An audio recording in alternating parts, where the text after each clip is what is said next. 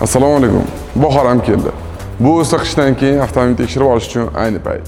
Nimalar qilish kerakligini hozir sizga aytib beraman.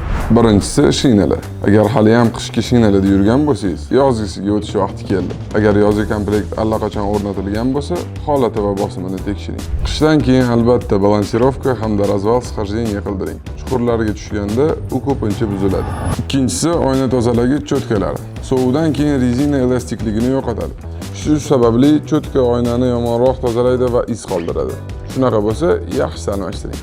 Uchinchisi akkumulyator. Qishda unga ko'proq yuklama tushadi. Shuning uchun bahor holatida zaryad darajasini va klemalarni tekshiring. To'rtinchisi tormoz tizimi. Qish davrida tormoz tizimiga ham yuklama ko'proq bo'ladi.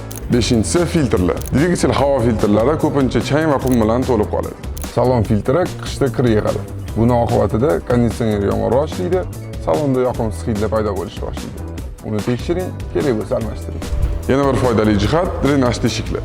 Bu suvni chiqarib yuboradigan kanallar. Bahorda ularni tekshirib, tozalab qo'yish ma'qul. Bu kichik, lekin muhim profilaktika.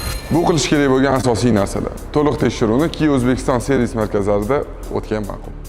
Kia, movement that inspires.